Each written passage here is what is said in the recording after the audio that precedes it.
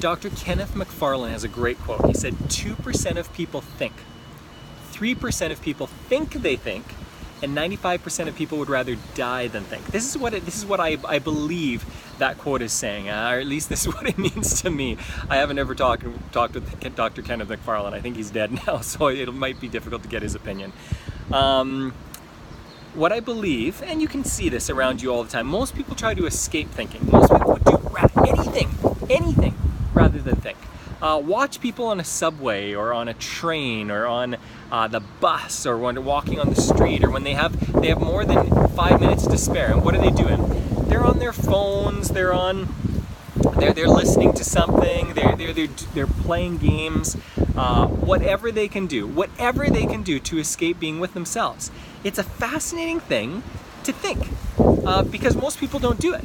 Most people, and this isn't meant to be insultive, by the way, in any way, not insulting in any way. What I'm trying to do is actually give you some tools so that you can start thinking, start using your mental processes, the ability that we've all been given, and as you do that, amazing things are going to start to happen in your life.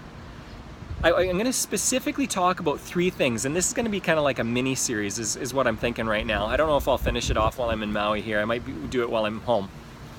But I'm going to talk about 3 mental faculties, mental processes, ways of thinking that are game changers, okay? And they're things that people really don't pay a lot of attention to. And these are the 3. One is focus, the power of focus. The second is imagination or creativity, the power of generating new ideas or running with ideas that we already have but creating something new out of them. And the third is our 6th sense or our gut feeling. Basically what that is our subconscious mind, it's our intuition.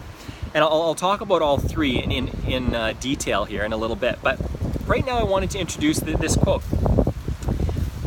If 95% of people would rather die than think, if 95% of people are doing whatever they can to escape thinking, to escape being with themselves, why would that be? The reason that is because most people are afraid, this is my belief, and it bears out with so many of my clients. Most people are afraid that if they spent time with themselves, they would prove to themselves all the horrible things they think about themselves.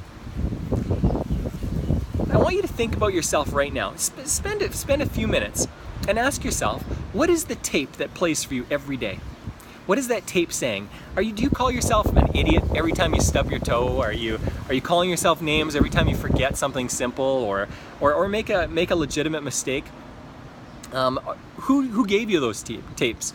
Most likely they were from authority figures in your life or friends. People who were influential in some way, shape, or form, your parents, your teachers, whoever that is. And most of us have those tapes playing at all times. And so we believe that if we avoid, and most of us have addictions. Most people have addictions about those games, sugar. I mean, sure, you can pick on the easy ones, alcohol and drug, whatever it is. But shopping can be an addiction. Exercise can be an addiction, whatever it is. Most of those are an escape from thinking, because if we believe that if we're with ourselves, we would somehow see that we're just as phony as we believe ourselves to be. Here's the craziest thing in the world, and I want to tell you a secret. The more you get to know yourself, the more you will actually fall in love with yourself. The exact opposite thing will happen that you believe will happen. Instead of being proven as a fake, as a phony, as somebody that you're embarrassed to be around, you're actually going to find that you're an incredible human being. You've got so many qualities that are incredible and that are worthy to take note of and pay attention to. Second part of the quote is 3% of people think they think. Think they think. This is what I believe that is. For a long time, I believed I was thinking. I had a degree that was largely focused on philosophy. I had taken lots of philosophy courses. I had learned to think according to academic settings. And I believed that being critical, hypercritical of everything in the world was thinking. Simply tearing things down. That's not thinking. Listen, anyone who's a conspiracy theorist, who is who is trying to fight information, somebody who is, every time you say anything to them, they shoot it down. That's who I was for a really long time. I thought I was thinking, and I was part of that 3% who thought I was thinking. Certain professions are terrible for this.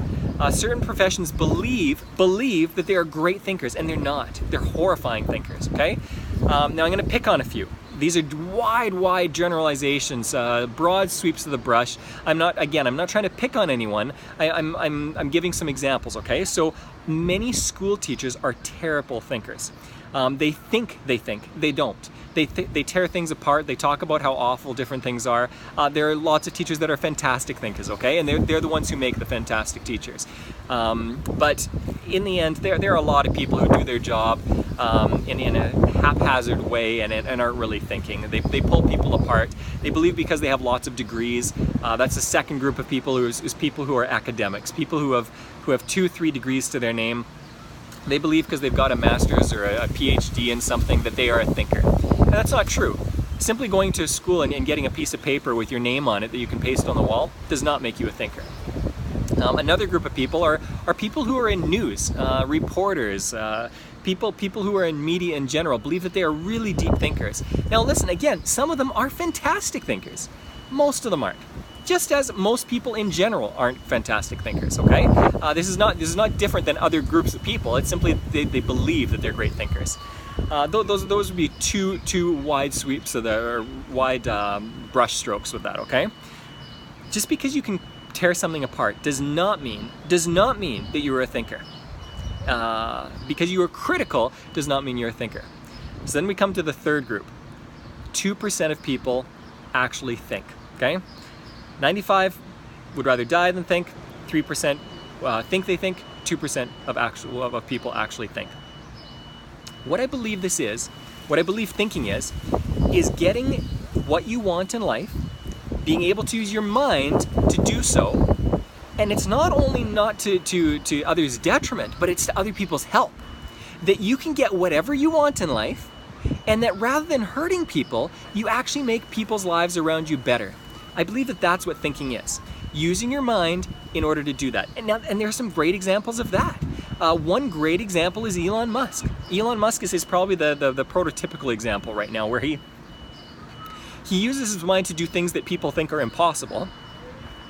And as he does that, he's attempting to make people's lives better consistently, and not in minor ways. He's trying to help the environment. He's trying to help people in major ways. That's what thinking is. And there are very few people in the world that do it. Now, do I agree with the 95, 3, and 2 stats?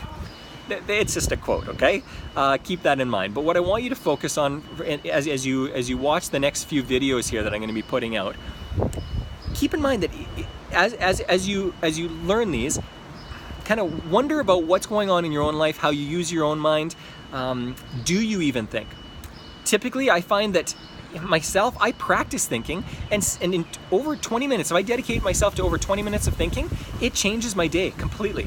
I'm focused, I get far more done, and I'm more caring to the people around me. What I'm going to ask you to do is slowly start to build up. You can build up by starting at, honestly, 1 to 2 minutes of thinking.